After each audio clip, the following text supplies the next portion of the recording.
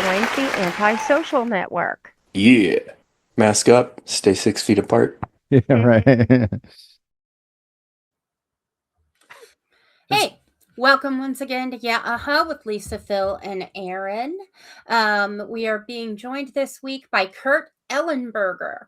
He is a musician, an educator, an author. So, Kurt, give us a little background. Yeah, I'm a pianist. I originally started as a trumpet player. I'm from the Detroit area, and I kind of just got hooked on music when I was a teenager. Started taking it really seriously and was working professionally by the time I was 16 or 17 in the Detroit area, and had a great career doing that. And then I decided, I decided to go back to school, and I got my master's and doctorate degree and have been teaching music ever since. And I just retired about a month ago. Oh, wow. Congratulations. Wow. Yeah, thank you. Yes. Although you were doing something you loved, so it probably wasn't drudgery going into work every day or anything, but Absolutely not. It was such a privilege to be able to just share my passion for music with these really great students for 26, actually 31 years. So it was never, especially the teaching part, that part I always really enjoyed. Yeah, some of the other stuff kind of wears on you after a while, but yeah, the teaching stuff, I always just really loved it because I was so privileged to just be able to share what I love with interested and really great students. yeah. So you don't go back to the Motown era then? You only go back about 30 some odd years musically there? Or Let's see. I started when I started playing in Detroit. yeah. That's who I found out was in the bands. There were a lot of the players who were on the Motown records, Makes sense. which was really incredible. I'm sitting there as a 16-year-old, and up the chair from me is Maurice Davis, who was the lead trumpet guy on all of them, a lot of those Motown recordings. So it was, Detroit has such a rich musical history. It was a great place to grow up, both jazz and R&B and Motown and all of it. Yeah. So you're That's playing fascinating. with all those guys. That's amazing. Yeah, it was amazing. Right. 16 years old. That is incredible. So you were born in Ontario, but Yep. from what I understand, it's kind of okay. You're in Ohio. Cincinnati is right across the street from, or right across the river from Kentucky. And so, it sort of all bleeds together. And you Canadian born, but you really, Detroit was you were in Detroit quite a bit as a youngster, right? Absolutely. Yeah. I studied with some of the players over there. And so that kind of got me integrated into the scene. And I was really serious about it. Once it took hold, I started practicing 3-4 hours a day, much to the chagrin of my family sometimes. But you get pretty good if you're doing that amount of time in a few years. So it just grew. Mm-hmm. When did you start playing piano? I played accordion as a kid. Oh, So wow. I had a pretty good right hand, not a very good left hand, and I decided I felt really limited by the trumpet. By the time I was 18, 19, I just felt like, I need more. Not enough I need notes. to do not enough notes. Yeah, I want to get into the harmony more. I just need the bigger picture. And I really got fired up when I found the jazz pianist Bill Evans.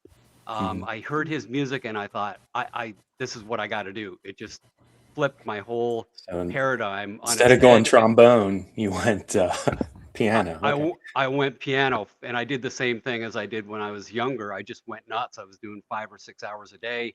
And like I said, I had a good right hand already because I played pretty accomplished on the accordion as well.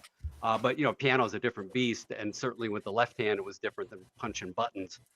So that was a lot of work, but it worked out. It worked out really well. I know Lisa and Phil have a favorite accordion player. I'll leave that for them to reveal. That's right. Okay. Uncle Al, baby. Uncle Al. Okay. No, yeah. I was thinking Weird Al. Yeah. Weird Al. Yeah. Yeah. I was showing you Is Uncle Al curveball. left-handed? I was showing you a I mean, curveball. Yeah. never mind. Yeah, Uncle Al was a Cincinnati children's television host, and he did play an accordion every day. Yeah, but he had Yeah. very Really? You could have just said Al and been right. Oh, I wasn't allowed to watch Uncle Al. No. Yeah. Sometimes Captain Wendy wore sunglasses indoors. Yeah. Right. Okay. Uncle Al had some baggage. There's no doubt about Captain it. Wendy was Uncle Al's wife. That's a local Okay. Cincinnati story. Yeah. But anyway, So yeah. And my she mom wears- knew them. So I she think wears she's her insinuating sunglasses at she's night. insinuating that he beat And her. indoors. Oh, okay. Yeah. Yeah. Wow, that was a little joke there that went off on a dark path. But Yeah. that's um, Yeah. Keep the potassium level up, man. You don't know how dark she's going to get on you. right. Got to get the IV going. Yeah, But it's back up. so I wonder, as a young kid, you hear these things. I'm not a huge. I don't know a lot about jazz music. We talk a little bit about Miles Davis, Dizzie, Gillespie. The topic has been broached. Aaron has a favorite Miles Davis album, I know. But what you do read, you do hear about some of the wilder sides of jazz music and the I guess the culture. So, young man, did you come across? I mean, were you in like late night clubs with these guys, and did you see any of this, like, I don't know, drug use or marijuana smoking or anything like that? Marijuana smoking. There was always a Weed. little. Yeah. there was. Well, I can tell you a funny story. I was on Jazz tour. musicians smoking marijuana. That's what you're going after. Yeah, unheard of, right? Yeah. Well, I'm trying to get. I'm thinking more of the fact that the music industry seemed to have a lot more of the more serious drugs like cocaine and heroin. Well, this sounds like the 90s, so yeah, it probably was the cocaine scene by then. Yeah, so I'll tell you a funny story. Do you guys know remember the Rat Pack? Oh yeah. Yeah. Absolutely. Yeah. So with Joey Bishop. So I toured with him. I was the lead trumpet player on this tour that we actually started in Cleveland, where we rehearsed for 2 weeks, and then we went down the East Coast all the way to Atlantic City, but all kinds of venues in between. And we got to New York City, and we were at the Playboy Club. I was 18 years old. Everyone else was in their mid 20s or close to 30, or some were even older than that. So I was this little kid. And they said, well, there's a party in this room, whatever the room number was. So I go up there, and everybody's there. And on the bed is a suitcase that's open, and it's got these little plastic packets with white powder in it. And I'm freaking out. I mean, I'm from Canada, but I knew that wasn't snow. Yeah. It was, Right.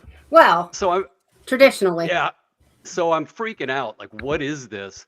And they said, what are you worried about? I said, well, if the police come, I got to get out of here. So the tour guide, the guy who is kind of the security, he takes his wallet out and he says, the police are here. He was a New York cop, and it was his suitcase. His stash. So what he was doing was he was giving cocaine to DJs in the cities that we went to play the director's band. So the director was a guy named Roy Radin, and he had these bands that he was promoting, and so that's how he got the DJs to hopefully play his band's music, because by that point they couldn't do the cashola anymore. Yeah. That had kind of gone away in the 60s. So Yeah. strangely enough, gave way to Coca-Cola. Coca-Cola, that's right. And then he was murdered a year later.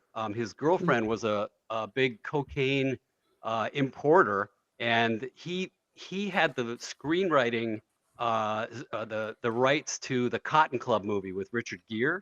He was trying to break into Hollywood, and he borrowed a bunch of money from the girlfriend, I think, who borrowed that money from the cartels, and they couldn't pay up, and the girlfriend had him murdered. So it was kind of a weird story, but that was one of my introductions to kind of the seedy side of the music business. But for the most part, there was not really any of that going on. It was some guys that smoke a little pot. That was about it. So I didn't really see any hard drugs or anything like that, other than that little incident. Till the Playboy Club. Yeah. Till the Playboy Club in New York City. Yep. Yeah. Well, we had to go there. We had to go down. Yeah, we needed to.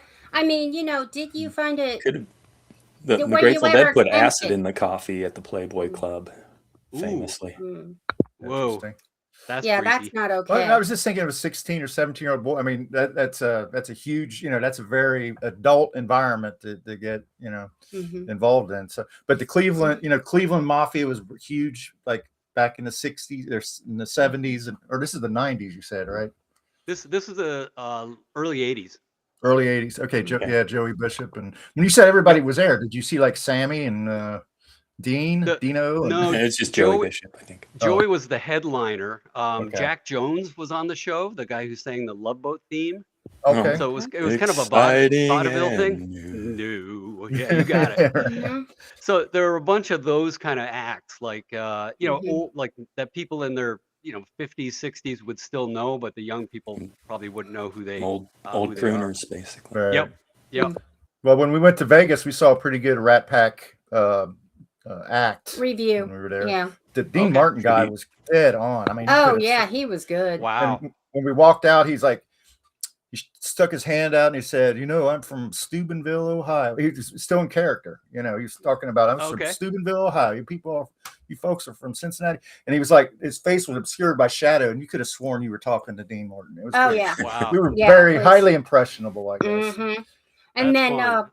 Yeah. I will say the Sammy Davis was a replacement. Well, that's tough. That's probably the toughest one to emulate, I would imagine, Yeah. would be Sammy Davis. But Yeah. anyway, Kurt Well, comes you don't from have to poke out your eye, but Kurt comes from a very academic point of view with music. Yeah. He's you majored in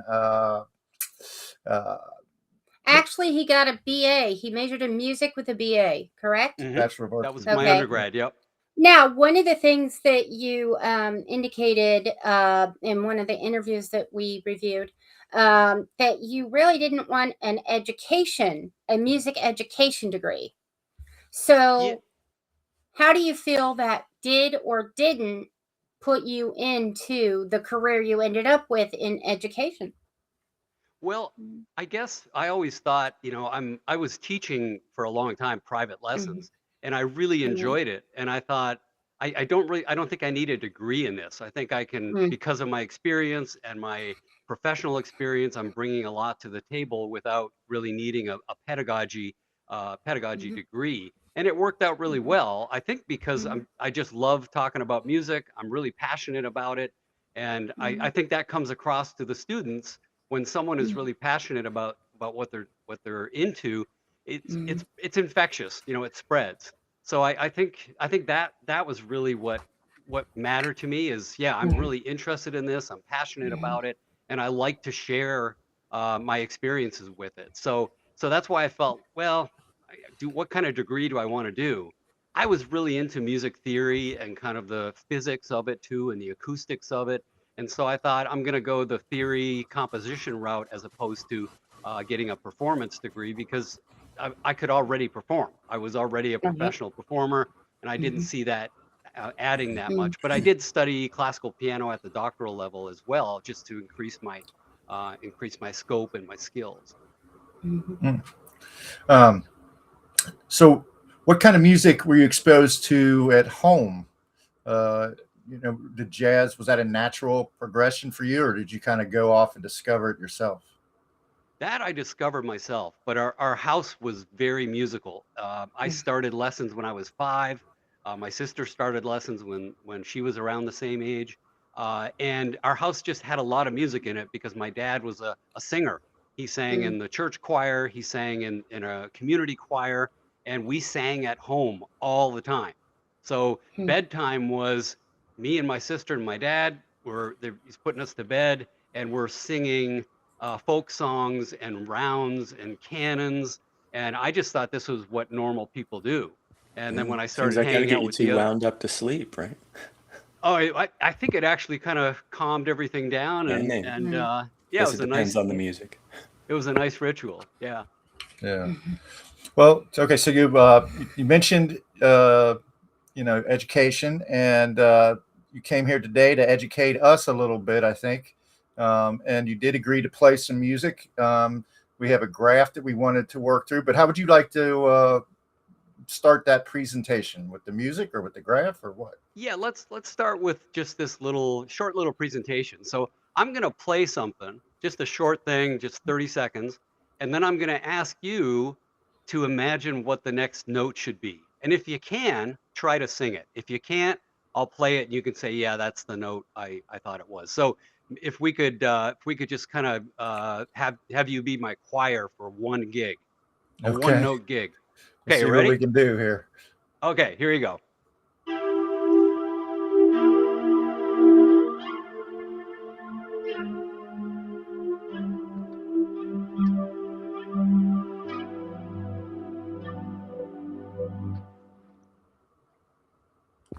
Doom. Yeah, I think low. Yeah. Is that the note? Yeah, Aaron, you Pretty hit much, it, right? Okay, Yeah. so here's the weird thing. I don't know how much experience you have with music, but I didn't play that note. So you somehow calculated that note, your brain did, and sent the signal to your vocal cords to go to that pitch and sing it. How does that happen? All right. I think math. I'm It's doing kind of math in my weird. head. Did you say It's kind of math? weird. Math, Math. Okay, math. not math. Philip. But Aaron, I didn't know. You know. So. Yeah, because Well, you're- Aaron's so known for his math. Yeah. Well, I double majors math and He is computer not. science. Math makes a lot more sense. Well, you're right, Aaron. It is math. Your brain made a calculation based on the relationship of the sound waves you heard, and it supplied that note as the quote unquote solution. So how does that work? So I'll go into that a little bit because I think it's really quite fascinating. So Okay. if I play, everyone knows, do, re, mi, fa, sol, la, ti, do, or the piano keyboard, and then it starts again. And it's an octave up. We call that an octave up. But what's weird, if I play the C here, and then I play it an octave up, it's a totally different pitch. They're totally different pitches. But somehow we hear those as being, well, the second one is the same as the first one, it's just higher. But in reality, it's a completely different pitch. So what is it that relates those two pitches? Well, it's that their waves are very symmetrical. So the first one, if I'm going to play that low C, let's say the string length is 10 inches, the C above it, to get the C above it, I have to go half of that string length. So it would be 5. To go to the C above it, I would go half again. So they're in a relationship of 1, 2, 4, 8, 16, right? And we keep on going. Do you Fibonacci remember? sequence. Yeah, it's the binary series, right? So it's that 1, 2, 4, 8, 16, 32, 64, 128. I mean, people our age know that that's what the computer memory used to come in, right? Then it goes 256, 512, and so on. So that binary series is at the heart of the computer, the computers that we're using to have this conversation. So it's deeply embedded there, but it's also found in music, and we recognize those string lengths, or we recognize the symmetry between the 1 and the 2 and the 2 and the 4. So a quick little exercise. If I asked you to take an 8.5 by 11 piece of paper and fold it in half, could you do it? I think With so. Yeah. with pretty much good accuracy, right? Yeah. Right. If I said quarters, could you do it? Mm-hmm. Yeah. Yeah. What if I said 11? No. That Now, I can't remember now- if that's the one that's impossible or unlikely. Yeah. any of those that are not multiples of 2 are going to be difficult to do. Right, You'd need to right. get a ruler out. So Mhm. that binary series is really interesting, again, because it's Mhm. at the heart of the computers, the entire computer industry, but it's also at the start of life. So when a sperm meets an egg, that divides into 2 cells, and then those 2 cells divide into 4, and then those 4 divide into 8. So we find this kind of symmetrical, beautiful numerical relationship, binary series, in all of these different places, which is pretty fascinating. Yeah. So It's yeah, the so golden ratio too, right? that's right. Yeah, it's really pretty interesting. So what's happening is we hear those waves that are in the 1, 2, 4, 8 relationship, and maybe you could show that diagram now, and I'll kind of walk you through that. Sure. Let's see here.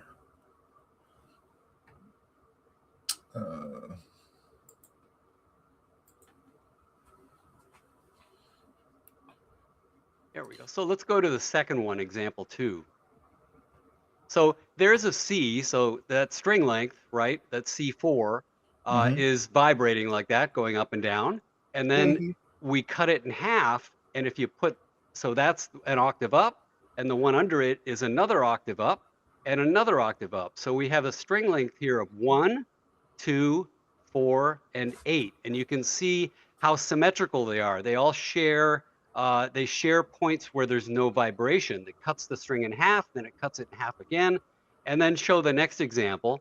You can see all 4 of those together, and you can see it's kind of pretty, right? There's a symmetry there. It almost looks like a flower or a sunburst or something Or like that. stained glass or something.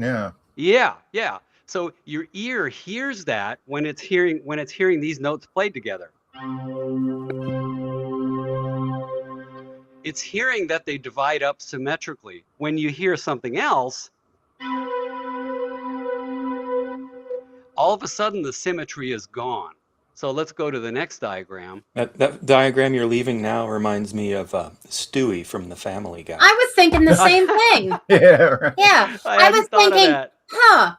I wonder if Stewie's head is a I thought football. that looks like a bunch of oblong heads with big eyes and no other facial features. And then about a minute later, I went, "That's Stewie."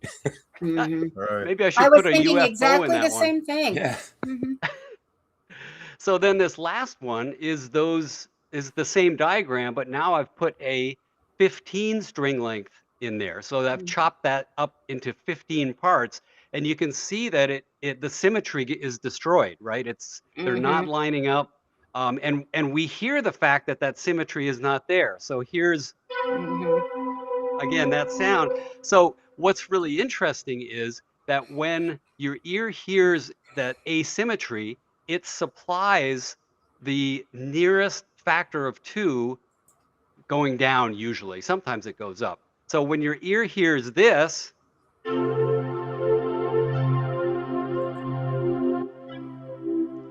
so that's a kind of an amen at the end of a hymn or any kind of tune, really. So what you're hearing there is an 11 moving down to a 10. And your ear fills that in, and you're expecting that as a listener. So this is what gives music its narrative power, because the composer can either give you what you're expecting or can trick you and give you something that you're not expecting. And that creates a musical narrative, because your brain is doing the math. It's filling in the lowest multiple of 2 as the solution to the asymmetry. And really, without that, I don't think we would have music, because that's what gives music its peculiar power to be able to tell a story even when there's not words there. Yeah, well, that's fascinating. It's like tantalizing. It's so in a sense, there's a payoff. Asymmetry adds more emotion.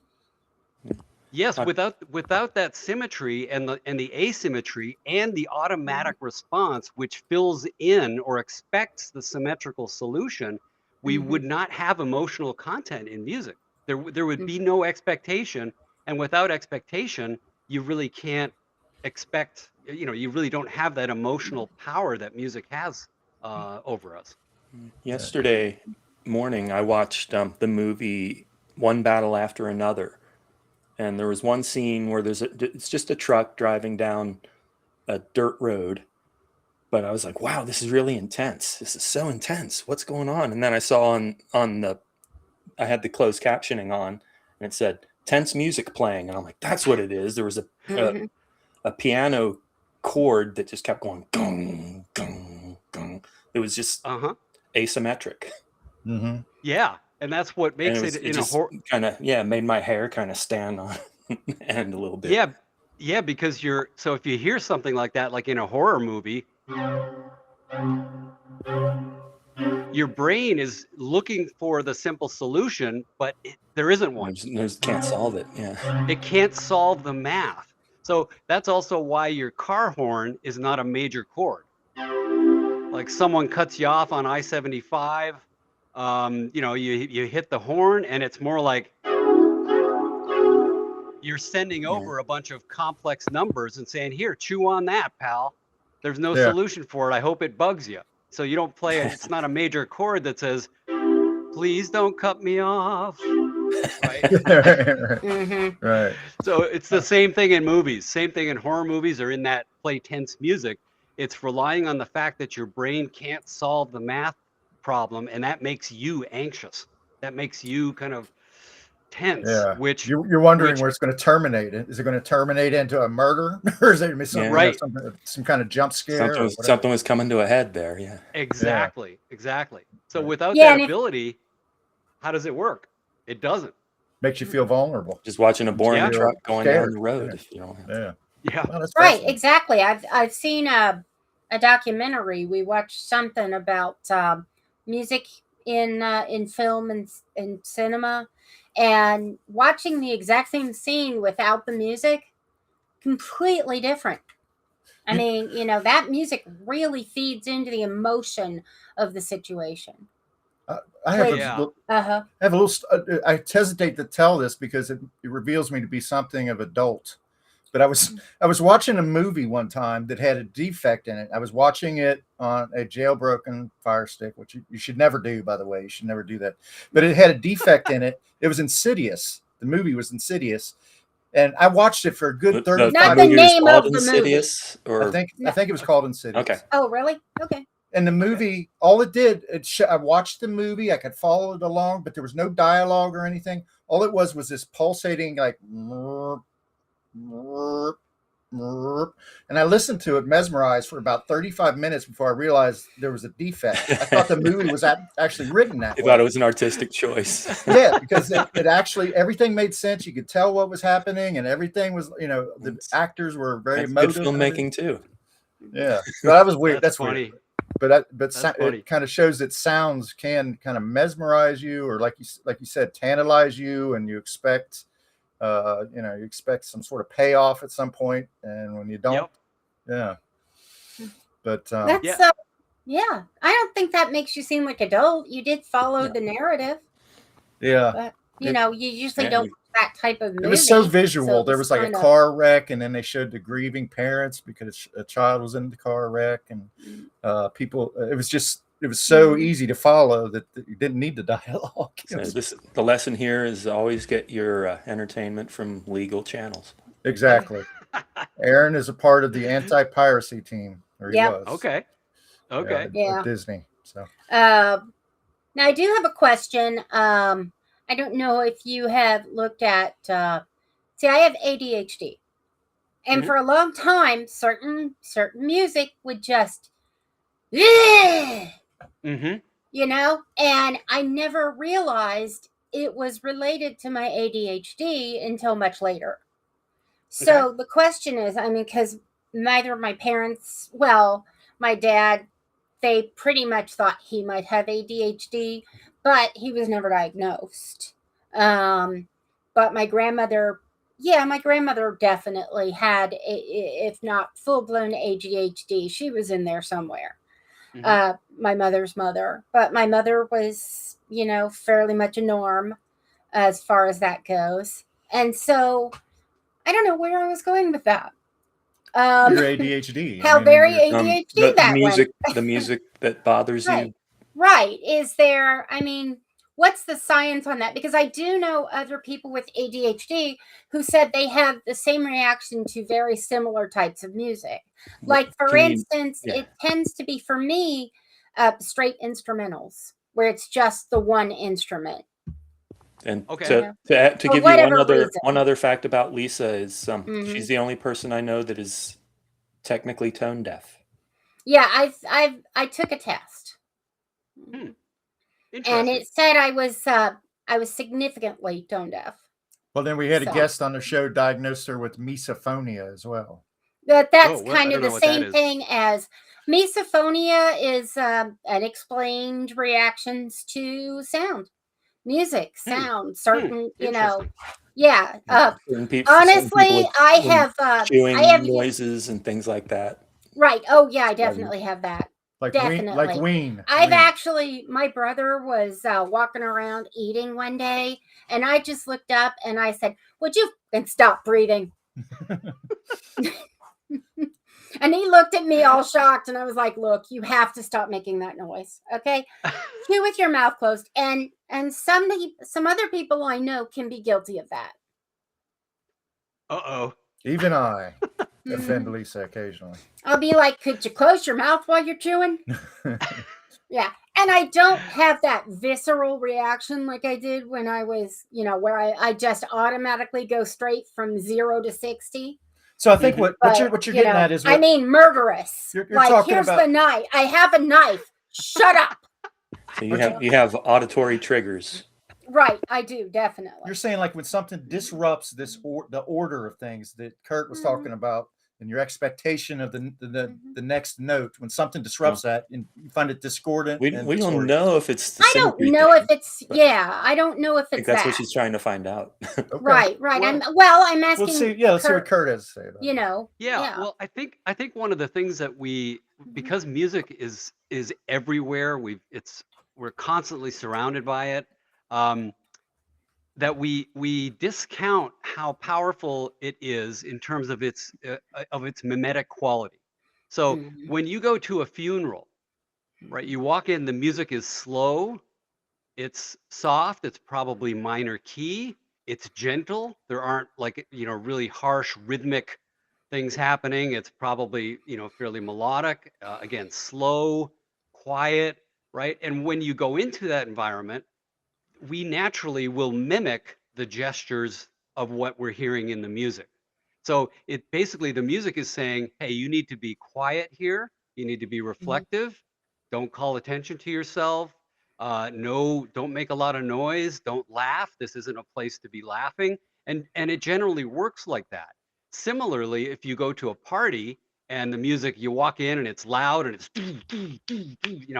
all of a sudden you're getting hyped up, or you go to work out, right? You don't put slow, somber music on to help you at the gym. You put on the fast moving stuff. Why?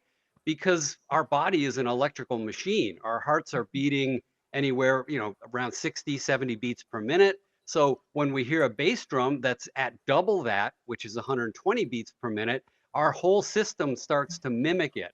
So that's how it works. And I don't think most people understand that that's one of the powers of music, is that we mimic especially the rhythmic gestures that are in the music, right? So I would guess that something in that music that you're listening to is doing two things. One, maybe there's rhythmic parts of it that annoy you, or that are kind of amping you up, and your ADHD is saying, I don't want to be amped up right now. So you struggle against it. And it's also probably the math that I just talked about, is that your brain in your subconscious is trying to solve the riddle. It's trying to solve the asymmetry of what you're hearing. And maybe for you that comes out more powerfully when it's a solo instrument, because there's nothing to hide behind when it's a solo piano or a solo guitar. It's just right up there. There's no other kind of wallpaper around it that softens it. So I would guess it's a combination of those two things, and I could easily see that could trigger that kind of more violent reaction out of you, with that condition. I feel like I seek out the more difficult to solve music, the Frank He does. and the Fish. Yes. Chaotic is what I call it. It's not chaotic. Well, it's very not much chaotic. It is to me. It's just chaotic. it's chaotic in my. It's Aaron's taste. It's mathematical. Right. Well, no, yeah, absolutely. Yeah. But that's where that's one of the reasons why the world goes It's around. the stuff that tickles my brain. Right. Yeah. Yeah, and it is really fascinating when you say, well, I really like this kind of music, and then you bring this new band that you found to a friend of yours, and they don't like it. Like, what's going on? They like most of the other stuff that you like, but they don't like this band. What is it about that? Right? It's such an interesting discussion, because I think music, when whoever's writing the music is doing so from a very deep, profound, psychological, emotional place. And the music is reflecting that person's personality and their psychology. And when you listen to the music, when that vibrates with you and that resonates with your personality, then it clicks. When it doesn't, then it doesn't click. You don't like the you don't like the music. So I think that's really a profound part of it too, is how music is just so special in that it somehow captures personality and psychology and worldview even to a certain extent. Right. But and that brings us to the topic of jazz. And Yeah. I know you're also a composer. That's part of your part of the equation for Kurt. And jazz seems to me, and this is based on my boss loves music, but he was telling me one time he did not like jazz because there was no structure. There was not so much of this familiarity that we're talking about, or the expectations of the next note. It seems that jazz is He likes designed, the predictability of more pedestrian. right. He seems to, I mean, the nature of jazz is to challenge you and surprise you musically, it seems. So how did you, in your composing, and a lot of people think, oh, it's just improvisational. Miles Davis gets up there and just starts hitting stuff and or whatever. And but when you bring structure to something that's inherently, or that seems to a layman to be inherently non-structured, what kind of challenges does that present you as a composer? Well, most of the composition I did was in classical music. So I just finished I just had a piece premiered, a quartet or a suite of pieces for cello ensemble. So most of the stuff that I did composing was in the classical realm, but I also did jazz. So I would say that in jazz there is structure there. It's just harder for people to hear if they're not familiar with the piece that's being played. So, for example, I'm sure maybe the tune "All the Things You Are," or let's pick some other standard from the 40s. You like any of those tunes, right? Like take the A Train, Duke Ellington. Okay, brown I think jug. I've heard that. Take the A Train. Okay. There you go. Take the A Train. A Train. Yeah, Harlem. Yeah. Yep, you got it. So if you know the tune really well, and then someone improvises over it, you've got the structure and the framework kind of in the background. So that really helped the early jazz musicians because they were doing a lot of their tunes were pulled directly from the Broadway songbook. So there were famous singers singing the tunes. Everyone knew the melody, and then jazz musicians would play the melody and then improvise on it. So they had kind of a place where you have a toehold, right? Because the tune is already in everyone's head. That was less and less the case once we get into the 50s and 60s because the popular music just didn't have that kind of harmonic richness for jazz musicians. Yeah, it just didn't work. But there are some bands, and I would encourage you to give this a try. So YouTube a band called The Bad Plus, and they do like jazz versions of popular music. So they do Tears for Fears, Everybody Wants to Rule the World. They do Queen, We Are the Champions, and they do Nirvana. What's the Nevermind. Nevermind. Yeah. So when you listen to those, then you'll be able to understand it because you know the structure of the tune first. So I think that's one of the big issues that jazz has, is that it used to be so pinned to popular music and Broadway, so that listeners that didn't know it still had a way in, but that kind of went away by the time we get to the 50s and 60s, certainly. And so that makes it more difficult. But there is structure there. It's just much more complex. So you really have to kind of move into it slowly with easier stuff and then progress with it if you're interested in it. So Like maybe if you don't have a maybe your mathematics- boss is a simpleton. Well, I would not dare to say that. I Kidding. would not say that, but that's just his taste, Especially the likelihood is his Tacking company that on is to calling yourself a cult. monitoring our. His company's probably monitoring our broadcast. Well, we'd take the listens even if they were. Yeah. We would take. Just- that. Yeah. Oh, okay. Just know that you took a shot at yourself before I took a little joking right. shot at your boss.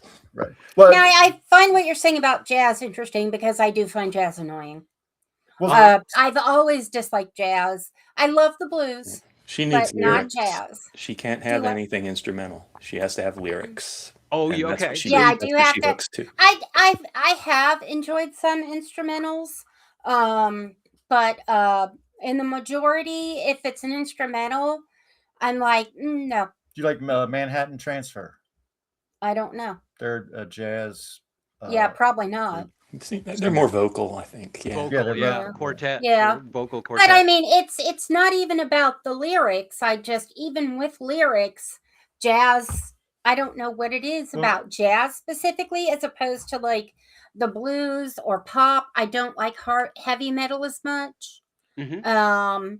You know, country, I'm kind of Well, maybe it's. I mean, if you're mathematically inclined, it might And I appeal did to you like more. disco. It might appeal to you more than if you're not. You know.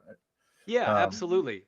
Yeah. Absolutely. Yeah. I think those there's a lot of taste there, but there's also a lot of Mhm. exposure. So if you've heard a Right, lot of it, right. you'll tend to be able to go along with it better. But I would suggest like listen to the Miles Davis album Kind of Blue, Mhm. because it's such a great door into jazz. It's very listenable. It's not chaotic. And it's I think it is still the highest selling jazz album of all time. Yeah. And I think that's because it appeals to classical musicians, it appeals to rock musicians, pop musicians, and it's a great way into jazz. I think that Mhm. almost anyone can go, okay, I And it think I inspired so can. many other musicians too.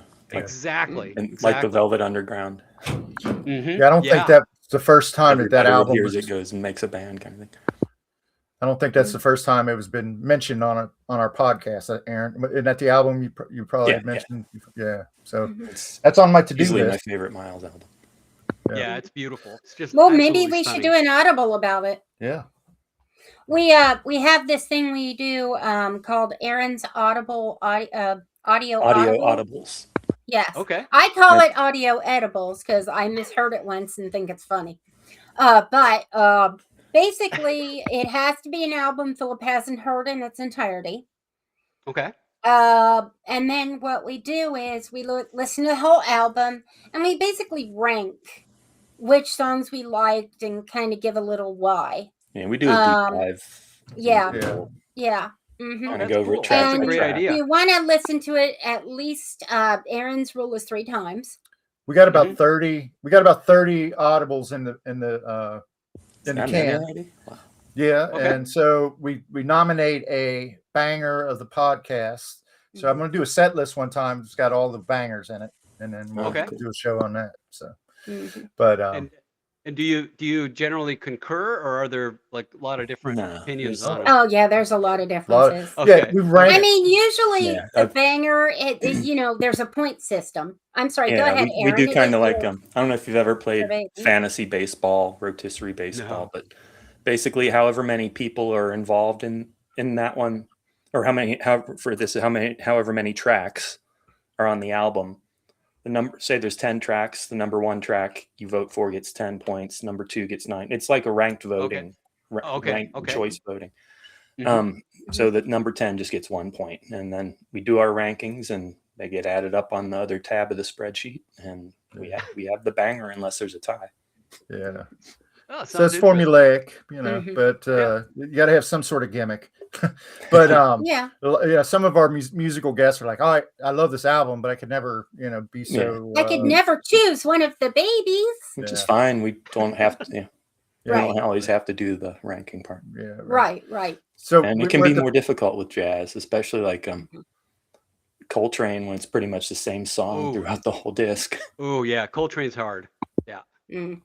Well, that we're at the point where we're starting to maybe look at the Elite 8 mini bracket. But I do have a question I wanted to ask you. Is there as a performer? You said you worked with Joey Bishop, and we didn't really get into any other artists that you may have worked with. But is there anyone past or present that you would drop everything to perform with? Oh boy. I think I did get to perform with this musician many times, and he became a kind of a personal friend. His name is Kenny Wheeler. He was a Canadian trumpet player who I think was one of the most important trumpet players after Miles Davis. And like I said, I got to perform with him many times and record with him once as well. So that to me that was kind of one of the highlights of my performance life was working with him. Awesome. Today I don't perform anymore. I have a hand condition. I had to retire from that about 16 years ago. So that's when I started doing a lot of writing. So it was a curse, but it was also kind of a blessing because it just opened up a whole new career for me, really, as New an outlet. author, which has been really fun. And go ahead and mention your latest book.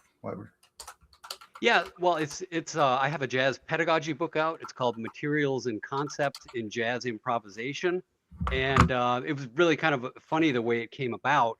I would post these. I call them instant expert sheets because one of my profs in classical music did that. So he'd have a sheet up on his door, be an instant expert on pentatonic scales or whatever. And so I started doing that as a jazz teacher. And I kept getting requests from students. Hey, can you do an instant expert sheet on this, on that? Eventually, I had like 50 pages of stuff. And I thought, wait a minute, this is kind of a book. You got the makings of a book. Yeah. Yeah. And that's how it came about was I realized, wow, if I flesh this out, I've got a book. So I put that together. And it's done quite well. It's on Amazon. I mean, it's a niche audience, but I do pretty good sales every year. And it's sort of crowdsourced material. They request. Yeah. So what's it called? The book is called Materials and Concepts in Jazz Improvisation. And it's I actually got contacted by some publishers to say, hey, we'd like to publish it. And I said, okay. And I said, what's the deal? What's the contract? And they said, well, you get 10%. Excuse me? 10%. Yeah, there's no way. And I think I got that up to 15 or 20, but that's when I realized, man, if you give your book away, you're not making anything. Yeah, so I self-publish it. You order it and they print it and ship it out, which is really pretty cool because you couldn't do that, 30 years ago even. Yeah, well, and in our youth, being self-published was a point against. Yeah, it was basically sure. If no one wants to publish it, no one, why would you pay $500? That's a vanity publish. Yep. It's just for your own purposeful vanity. Yeah, it's whereas nowadays, not the way it is anymore. Especially since 2020, self-publishing is actually kind of more the way to go. Well, we have a lot of self-publishers. So we'll make sure to put that in the notes. But are you up to doing the Elite 8 mini brackets? Sure. Okay. All trumpet players.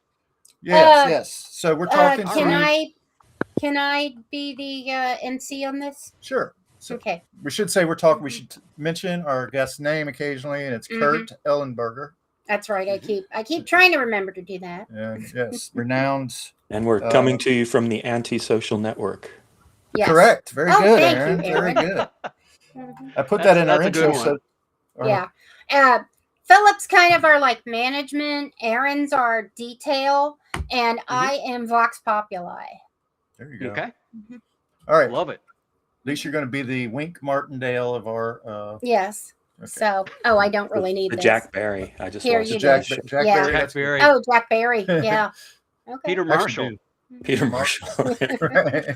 Well, then she has to talk about making whoopee, which we're back into jazz. There you go. Yeah. Making whoopee. That's show tunes.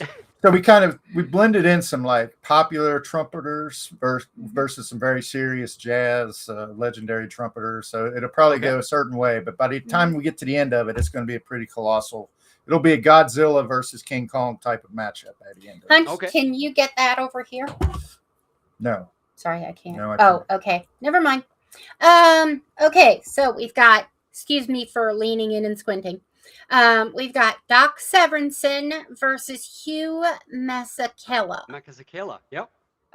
Okay. That may be spelling. And that's Hugh's. That's the one your sister was really into, right? Yeah. And I really enjoyed the music that she passed along for us to check out. I didn't know Hugh Masekela at all, but I really thought it was dynamite. Yeah, he's a South African trumpet player. I actually saw him in. I think it was in Frankfurt, Germany, like about Oh, nice. 12, 15 years ago, something like that. I forget.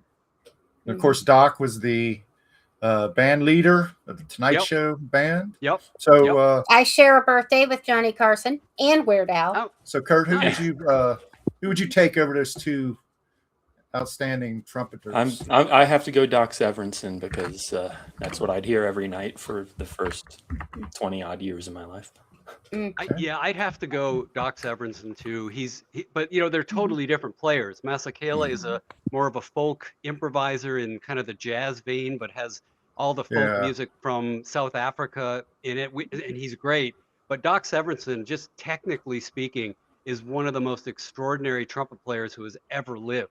The things that he can pull off on that instrument are things that almost no one else could even approach. And he's still playing. Yeah. So he's yeah, I gotta give the 99, nod I to the think. He's Doc. like, yeah, almost Yep. 100. Yep. I'm gonna make it a sweep. Although, like I said, I really liked Hugh. So, but anyway, what's the next matchup, Lisa? Louis Armstrong versus Wynton Marsalis. Oh boy. Tough one. Well, again, they're both fantastic. Louis Armstrong. I mean, I've got to go with Louis Armstrong just for the fact that he was one of the original innovators who put modern jazz on the map. I mean, he broke out of the Dixieland stuff, started doing more complex improvisations, and really set the stage for everything that came afterwards. Wynton is a great player, but he doesn't have that legacy of innovation, even though he's also an amazing trumpet player and one of the few who does jazz and classical at the very highest levels. That's really rare. But sorry, I gotta go Louis. Understandable. Yeah. Louis never played with the Grateful Dead, and Wynton did, but I got to go Louis too. Okay. I'm going to go with Louis, although Wynton, he's not the leader of the Kennedy Center band, right? Is that his brother? Nah. Well, he's not either anymore. He's at retired. the Lincoln.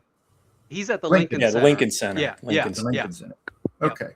All right. But So didn't he retire from that recently or step down? yeah, like that Yeah, last week, I think.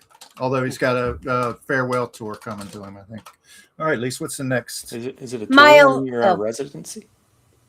Well, I'm just saying he's not going. It's going to in the future. He's not dropping I his see. trumpet right now and walking off.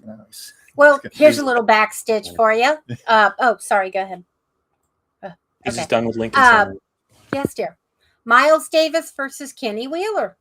Little bit of a back stitch. Oh Ooh. man. Okay, Man, I don't know. that's a tough matchup for you. That was mean. I'm sorry. I snuck that in on you. Oh boy. Yeah, I'm Kenny gonna Wheeler. go ahead and say Miles Davis, and I think I'm gonna have to say Miles Davis, even though I love and revere Kenny Wheeler. I think Kenny Wheeler kind of picked up the baton afterwards with Miles Davis. But Miles Davis did, again, like Louis Armstrong. Without Miles Davis in the late 40s and especially in the 50s and 60s, jazz is a different beast. I mean, the guy was just an innovator, and he had this real skill of being able to pull the right players in at the right time to get the sound that he wanted. And his footprint on jazz is just huge. So I got to go with Miles Davis. and his footprint on improvisational rock music. Well, Yep. I'm going to Yeah, go that's with true. Miles also. But there again, you're going to hear this a lot tonight at the Grammys. It's a honor just to be nominated. The Grammys are tonight. Mr. Wheeler has nothing to Yeah. be ashamed of. Well, But, according to Channel 5. I believe it. I just Mhm. was completely oblivious Yeah. to it. here's our last matchup of Yeah, me round too. one here.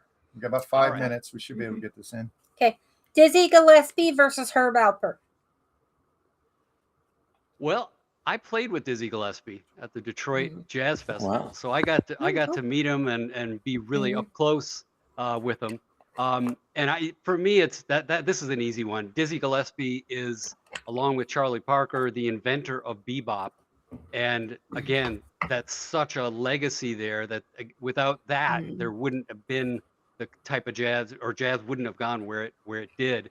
Herb Alpert, a great player, kind of more in the pop kind of realm. I wouldn't really put him in like a serious heavy jazz player. So I got to go with Dizzie Gillespie. Just legacy, chops, inventor of bebop. That's an easy one. Okay. Yeah, I love nothing more than making margaritas and listening to Herb Alpert, but I'm gonna have to go Dizzy. Right. Oh, so you just like the album covers, Aaron? I like the album covers too, but What's- I like the music We had covers the, within too. We had the album Lemon cover Tree and with a woman in the bathtub with whipped cream. Love Whipped Potion. cream Yeah, and other that- delights. Yeah. And I'm pretty sure the reason why we had that was because of the album cover.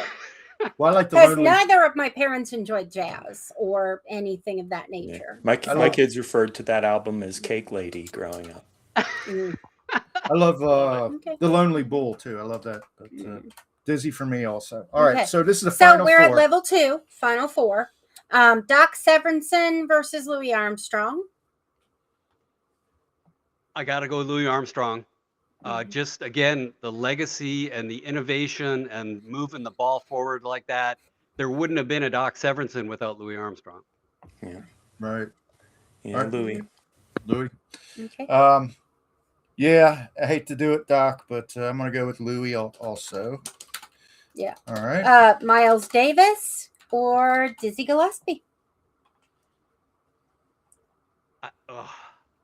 This is tough again, but I think I'm just going to have to defer to Dizzie Gillespie because he single-handedly invented bebop with Charlie Parker. So it's an entirely new way of playing the trumpet, and that's what Miles Davis kind of inherited, and then he took the ball and carried it a lot further. So maybe I'm exposing myself as kind of a, original, the founders OG. kind of guy, but yeah, I have to go with Dizzie Gillespie.